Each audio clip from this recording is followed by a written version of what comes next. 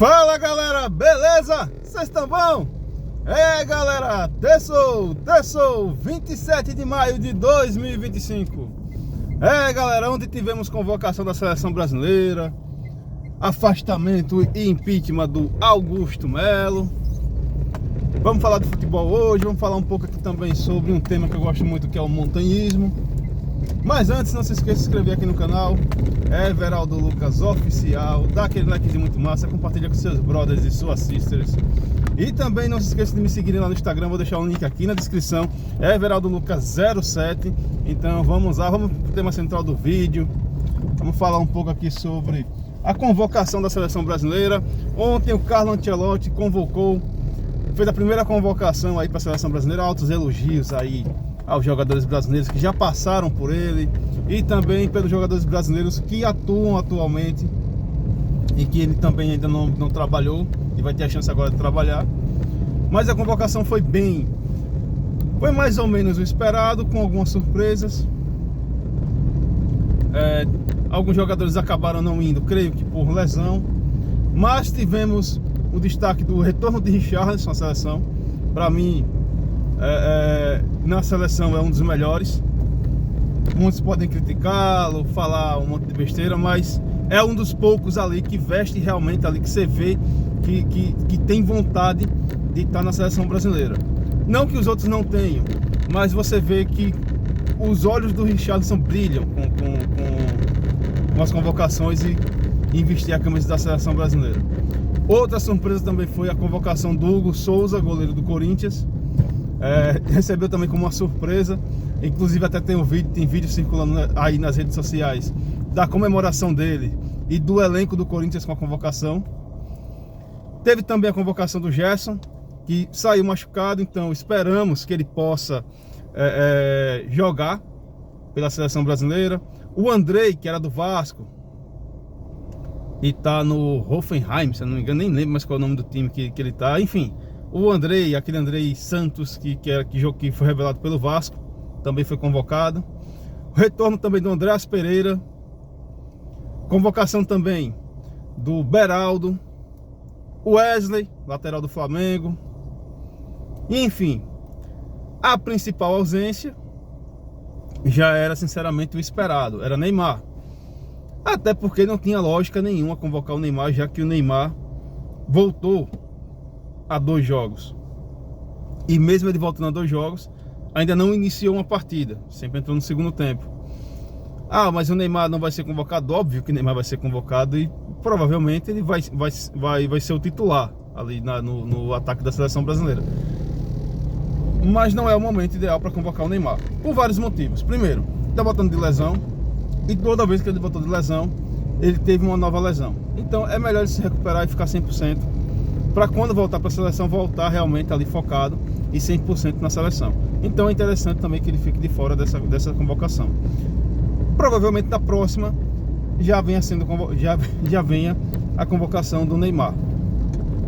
Mas para essa eu também achei interessante o que o Ancelotti fez, deixou ele de fora. Em compensação, também temos o retorno de Antony, que já não vinha sendo convocado desde a época da polêmica que ele teve lá na Inglaterra, mas que vem jogando muito no Betis. E desculpa aí, galera. E queira assim ou não, tá levando o Betis praticamente nas costas. Conseguiu, por exemplo, no ano passado o Betis estava numa classificação lá que no máximo era a Europa League. Hoje ele tá botando o Betis na Champions League.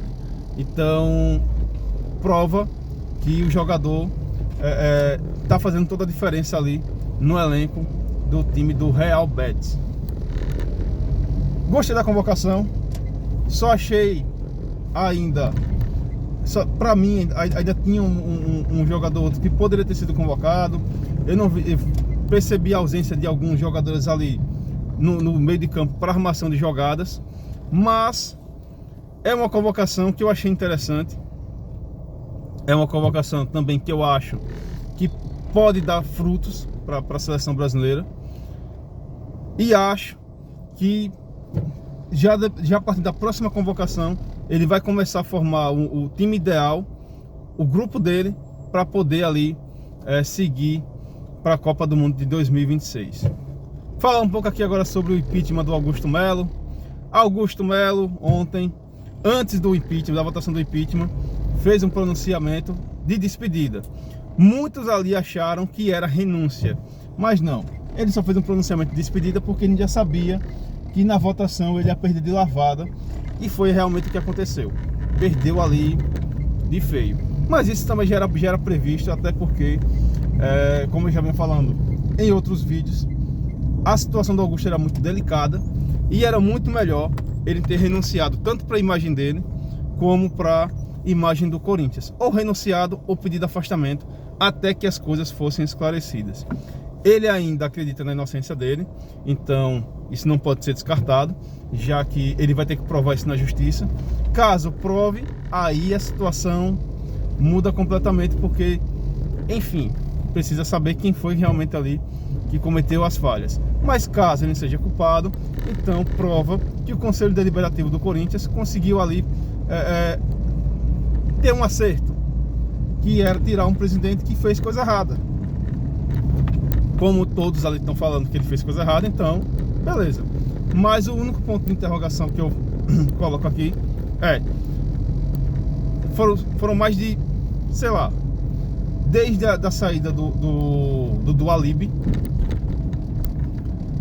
em 2007, 2008, já tem um bom tempo que o Corinthians vem ali revezando o presidente sempre da mesma chapa. Será que as coisas sempre foram positivas? Ah, mas o Corinthians ganhou títulos. Sim, ganhou títulos, concordo. Augusto também ganhou um título agora, que foi o Paulista. Mas será que a dívida só aumentou agora? Será que, sei lá, as coisas começaram a dar errado porque a chave virou de um dia para o outro? Ou será que tudo isso é um acúmulo de problemas que já vem ocorrendo durante vários anos, de más gestões? Enfim, acho que aquele velho ditado, o pau que bate em Chico também tem que bater em Francisco. Se o Augusto saiu do jeito que saiu, outros presidentes, ou ex-presidentes, ou dirigentes, ou conselheiros não deveriam nem pisar no Parque São Jorge. A realidade é essa. Não deveriam nem pisar lá.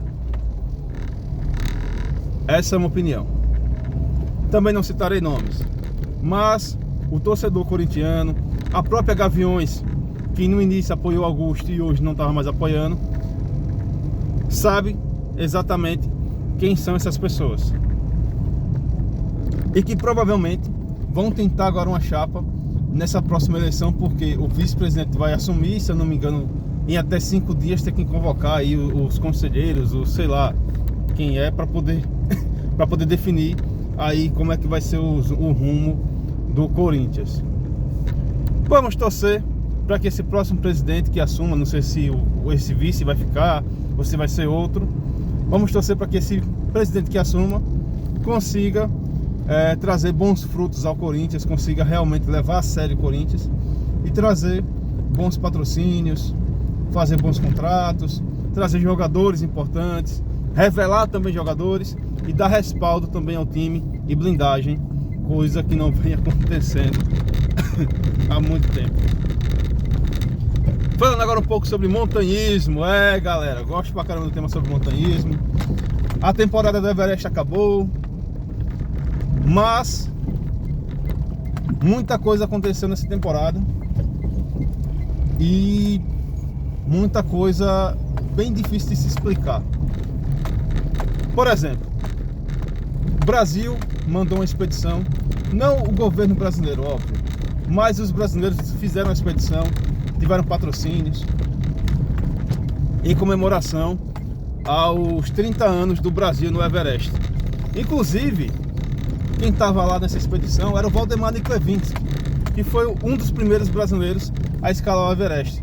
Ele e o Mozart Catão foram os primeiros brasileiros a escalar o Everest. O Mozart Catão morreu em 98, num acidente lá no Aconcagua. Eu lembro ainda quando saiu a matéria da morte do Mozart Catão.